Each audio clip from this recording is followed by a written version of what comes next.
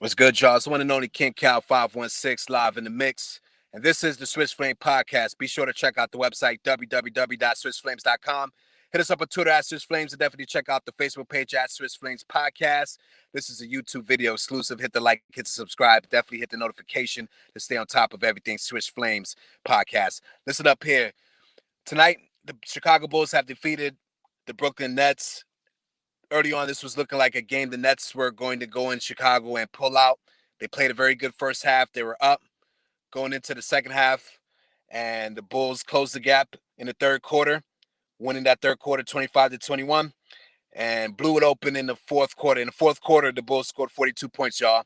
The Brooklyn Nets only scored 17, and that's what created this huge discrepancy with the Bulls basically winning by 23 points. It's an embarrassing loss for the Nets to be up and, you know what I mean, controlling the game, and then to lose it late like this. Definitely embarrassing loss. Is just one that the Nets are going to have to chalk up and kind of forget about, and basically hit the drawing board again. They basically wasted a 38-point performance from KD. KD had 38 points and 10 rebounds. He was dominant. He was the most dominant player in the game, but it just wasn't enough. KD, unfortunately, is not getting help consistently the way he needs to. The Nets were kind of like on a winning streak. You know, they were playing very, very good basketball recently, but KD just didn't get enough help tonight. James Harden, who's supposed to be the guy to help him, only dropped 14 points tonight with 8 rebounds and 5 assists. So James Harden had a mediocre game, according to James Harden standards.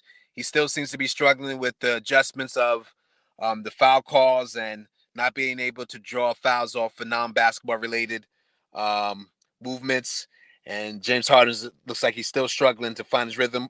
Marcus Aldridge added 19 points off the bench. He was a factor, but once again, just wasn't enough. Fourth quarter, the Chicago Bulls just outplayed totally the Brooklyn Nets. DeMar DeRozan led all Bulls score team, the whole Bulls team with 28 points, 4 rebounds, 3 assists. You know, Zach LaVine added 24 points, 5 rebounds, 5 assists. They got a little bit of production off the bench too. The Bulls played a very good game.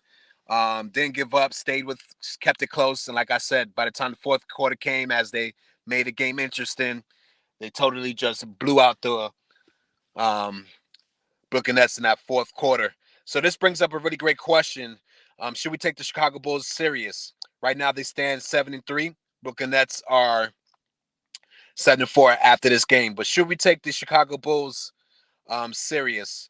And right now, I believe, in this offseason, they added DeMar DeRozan. So they got this nice little mixture of veterans and young players.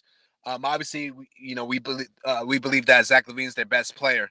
Zach LaVine has no playoff experience. So here's what I'm thinking about the Bulls right now, and this is my honest opinion. I believe the Bulls are going to be a playoff team this season.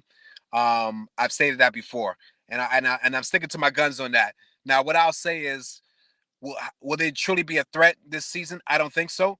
As far as contending for the championship, unless key injuries to key teams like Milwaukee and Brooklyn and some of these teams, I just don't see the Bulls beating teams like that in the playoffs.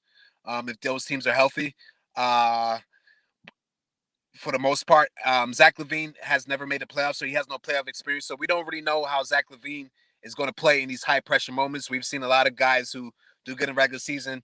As soon as they get in the playoffs, they become different players.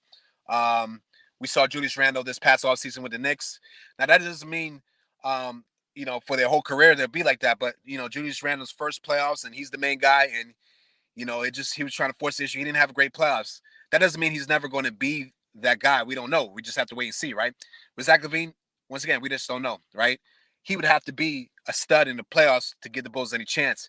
Because if we look at their team, Vucevic has some playoff experience, but Vucevic hasn't shown that he can lead a team, right? To dominate in the playoffs, right? With DeMar DeRozan history in the playoffs too, he just couldn't get the job done as the number one guy in Toronto, right? As soon as he leaves and they got a number one guy, Kawhi, they win a championship. So that shows the team he was on was good enough to win a championship.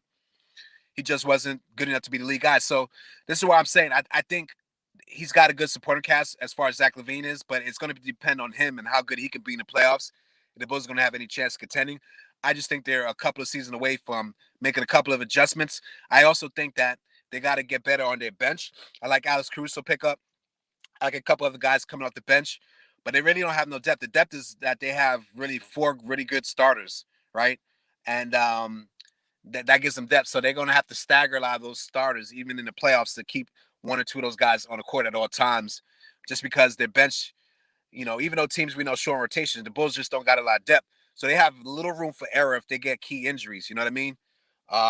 There's very little room for error that this team has. So that's a big concern too. If one of those top four guys that they have get hurt, they might be in a lot of trouble as well. So that's the thing. I just think they need to get a little more depth, and it might take a season or two. Zach LaVine contract situation probably will be dealt with at the end of the season. I would only presume that the Bulls resign him. But as right now, I'm going to stick to my guns and sit there and say I believe they are a playoff team. I don't believe they will contend for a championship this year.